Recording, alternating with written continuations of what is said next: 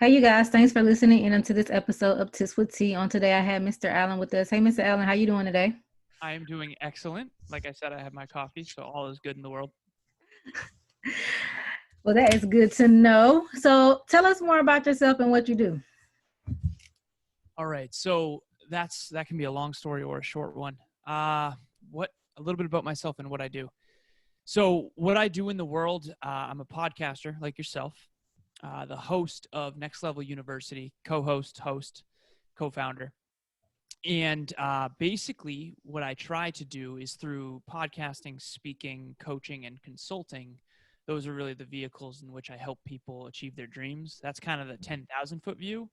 My level of expertise is turning podcasts into businesses Mhm. or helping businesses start a podcast to feed their existing business. But I also do a lot of business consulting as well. So I am an engineer by trade. I did a bachelor's in electrical and computer engineering, and then I went and got my MBA. And so I'm all about people helping people, and that's what business really is. You know, business is a altruistic money machine. It should be, anyways. And all businesses, I believe, should be at the service of others, not at the expense of others. Obviously, there are some businesses out there that, yeah, maybe they're good for the consumer, but not good for the employees. Mhm. Or maybe they're good for the consumer and the employees, but not good for the environment, right? So I'm about holistic business. In other words, if it's good for the owner, good for the employees, good for the environment, good for the consumer, good for the shareholders, then it's good all around and it's fully aligned. And so I'm obsessed with business. I think of the analogy of like a mechanic can take a car apart and put it back together better. I want to get to the point, and I am in many ways at the point where I can pick apart a business and then rebuild it far better and far more effective. Awesome. Awesome. So I know you talk a lot about the consistency flip or the bow tie effect. So can you tell us what it is and how can it benefit us with our businesses at this time? Yeah. So the consistency flip, it's interesting. I was talking about this on a mastermind yesterday. So the consistency flip is basically if you can imagine a graph. Okay. So there's an X and Y axis, and then I want you to imagine only the upper right quadrant. Okay. Now, actually, an easier way to do this might be imagine you have a piece of paper in front of you. Okay. On the bottom left of the piece of paper, there's an arrow that goes from the bottom left all the way to the upper right. Okay. On the upper left-hand part of the piece of paper, there's a different arrow that goes from the upper left to the bottom right. Okay. Now, at the beginning of any journey, the results back are far less than effort in. So there's two arrows on this piece of paper. Again, from the bottom left to the upper right, that arrow, I want you to think of as results out. The arrow from the upper left to the bottom right, I want you to think of effort in. And for any entrepreneurs out there or anyone, honestly, this goes for kind of everything, right?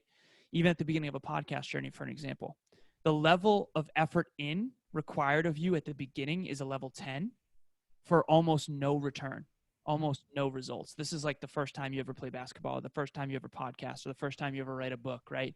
No one reads the book. You're brand new. It's the beginning of any journey. It's a lot of effort in because you're new for almost no reward, Mhm. which is the hardest part, right? Then eventually I want you to picture 10 and 0 at that beginning. Okay, so the results out are 0, the effort in is 10. That's the hardest part of any journey. Then eventually it becomes 9-1, 8-2, 7-3, 6-4, 5-5. 5-5 is the middle of the bow tie. It's the center. That's when finally you've done it consistently enough to where the results out are actually matching your effort in. Mhm. And eventually it flips. This is called the consistency flip. Eventually it goes the other way, and you end up on the other end of the consistency flip where your effort in can be almost 0 and you're still getting tons of results back. Mhm. And you're in the finance world, so you understand the compound effect of Mhm. money, right? Someone who starts investing early for 20 years can stop investing 20 years in, and then someone who starts will never catch them, Mhm. right? And that's what the consistency flip is about. But I think we don't understand the law of compounding to the extent that we could. And so if you're an early entrepreneur, or you're just trying to be financially free, or you're a podcaster or whatever, at the beginning of the journey, you have to understand that everyone's starts out as a beginner. Everyone sucks at first. You're going to have to keep consistent if you actually want results. And here's the problem. Our culture has this thing called the survival bias. The people you're seeing who are already successful, they're on the other end of the consistency flip. You're not seeing, Eminem in the trailer park writing his first rap. Mm-hmm. You're not seeing Jeff Bezos in 1994 when he asked for $20,000 of investment from private capital, and they're saying, what's the internet? Right? We're only seeing Jeff Bezos with Amazon now. Right. So the people we're seeing are on the other end of sometimes decades of hard work and consistency. Mm-hmm. And then we have this construed perception of what it really takes to succeed. There's a lot of different examples I could give, but like Tom Brady, before Bledsoe got injured, no one knew him, but he was still super consistent and disciplined. That was just the opportunity for him to shine. And so I think that's the most important piece I can give to people, which is you have to honestly do something hundreds, sometimes thousands of times before you're any good at it. And that beginning part of the journey is really, really brutal, especially if you're comparing yourself to people that are 10 years in. Right. Right. So how did you use the consistency flip to boost your momentum whenever you were using it to get you where you need to be at? So how do you use that to help with that? I think the most important piece is just hanging in there. Mm-hmm. The staying power that. So Kevin and I have a show called Next Level University, and at the very beginning, we were getting 4 listens a day. Mm-hmm. And we're putting in massive effort. I mean, not only were we new podcasters, and anything that you're new at is really hard, but we're getting very little quote unquote reward, right? The reason we were doing the podcast was to help people. Yeah. And you're only helping 4 people a day. That can be really demoralizing when you're looking at other podcasters like Joe Rogan, who have been doing it for 17 years, who have 30 million downloads per episode. Right. But that's the thing. Joe Rogan's on the other end of the consistency flip. So to answer your original question, which is how I think the first piece is just being aware that that's how it works, so that you don't get demoralized when you're early on. Mm-hmm. And you have to kind of remember again that the people you're seeing, right? We're not seeing Taylor Swift giving her first, barbecue. She was in the backyard barbecue doing like songs. Mm-hmm. And there's pictures of that first concert, right? Where it's just like, we're seeing her sell out Foxborough with 60,000 people. Again, we're not seeing the beginning. So I think the first piece is just understand that you're not alone in that struggle. I again remember 4 listens a day. Now we're getting thousands a day. Mm-hmm. But we're 4 years in, and we have 500 episodes, right? So it took us 500 episodes to get to the point where we're actually being known. And we're actually at the center of the bow tie. I think we're starting to get to the center of the bow tie finally. How do we gain momentum? I think you just have to figure out how to stay. So for example, if you are an early entrepreneur starting a business or starting a podcast or starting, even a nonprofit or a charity, you have to understand that the main goal of business is staying in business. So Kevin and I had to figure out how to make money podcasting along the journey so that we could keep podcasting, so that eventually we could be on the other end of the consistency flip. Mm-hmm. And so there's a lot of ways to magnify and amplify the power of the consistency flip and really to accelerate it. It doesn't have to take you 4 years like it took us to get over 300,000 listens, right? You can accelerate it. As a matter of fact, I just created a PDF not long ago. It's a 13-point podcast assessment where it's basically like, check your podcast's vital signs. Is your podcast growing exponentially or dying? Mm-hmm. And it basically is this 13-point wheel where listens is in the center. And it's basically a 13-point assessment where it gets you to realize, okay, the number 1 is consistent quality content. So to answer your original question, and for those of you who aren't a podcaster, it goes that way for everything. I don't care what business you're in. There are certain leverage points that matter a lot.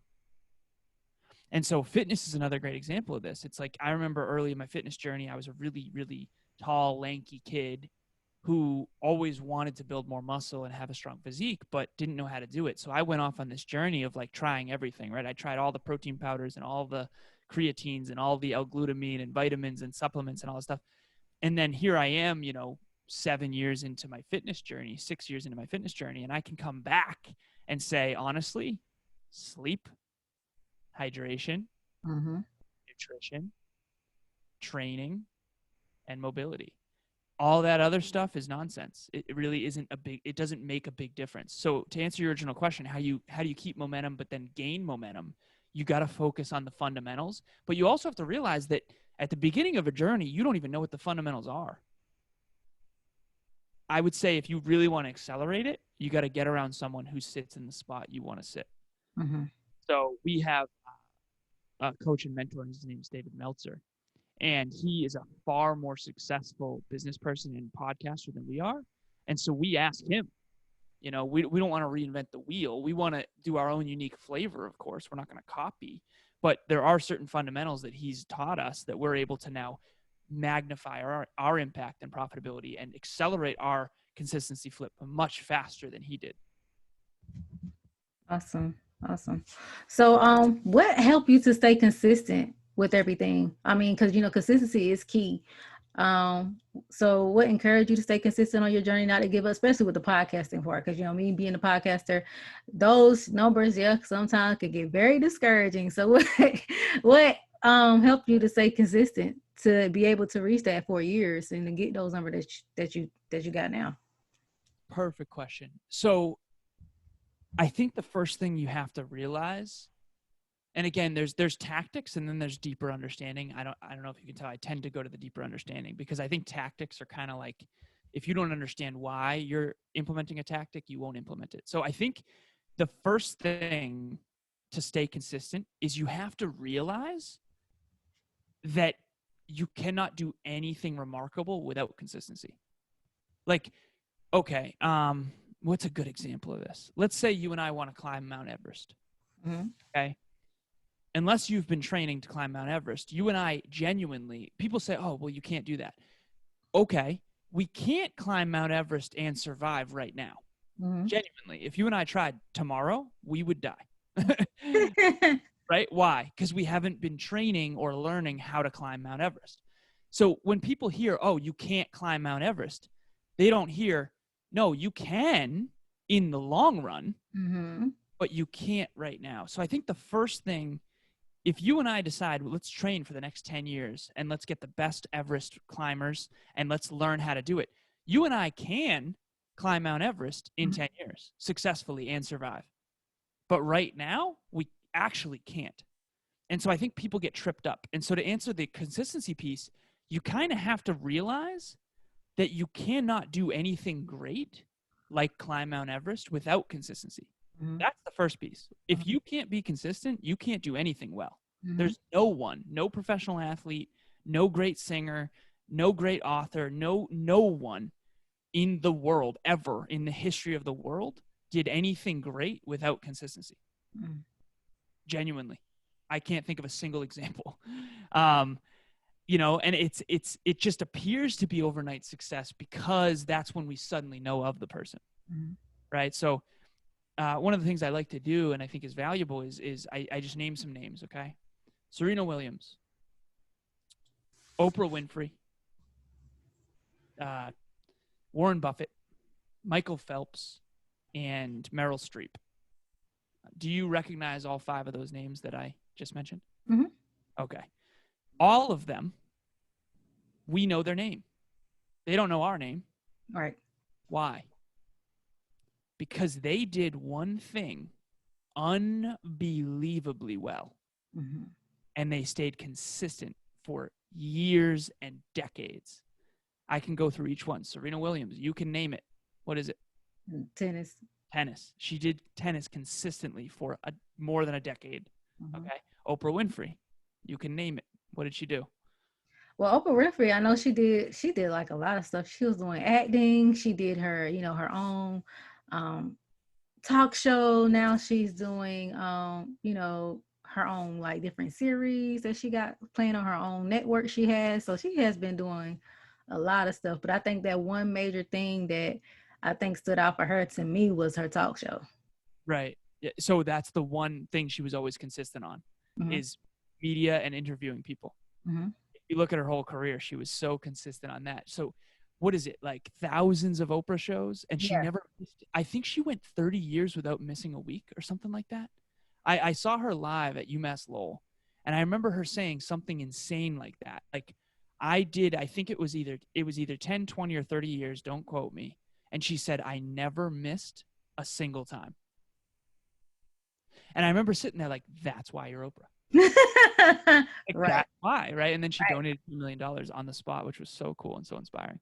But anyways, so okay, you've got Serena Williams, you've got Oprah, and then you've got Warren Buffett. What was he consistent at? What's his thing? What was he known for? Wow. Financial investing, Yes. right? Then you've got Michael Phelps. That one's easy. Swimming. Hmm. Okay, and then the last one was Meryl Streep. What is she known for? Meryl Streep. She was an actress. Yeah, Sorry. she's an actress, but it's like it's so many movies. I was gonna Oh, try to think movies.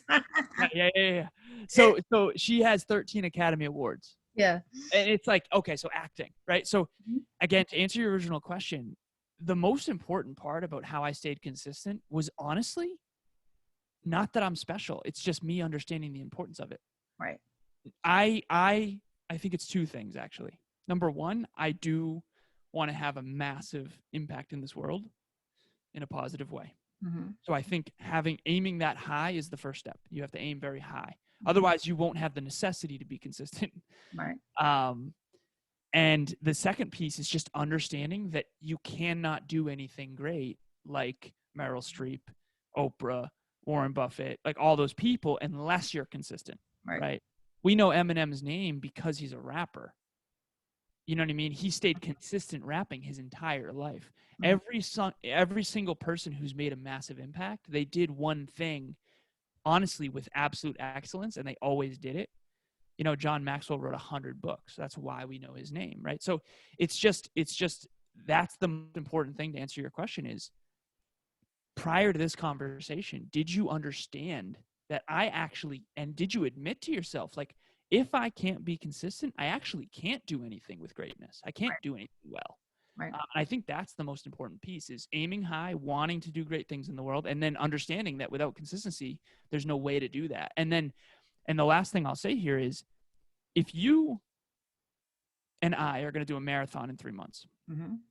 okay, and we told all our friends and family, and we said it live here on the podcast, all of a sudden, us making sure we run tomorrow becomes a million times more important, because you don't want to get embarrassed at the marathon, and neither do I, with our friends and family there showing up for us, and we can't run it. Why? Because we skipped today's workout. So Hmm. you have to put yourself, it's almost like you have to plant your flag and say, this is who I am.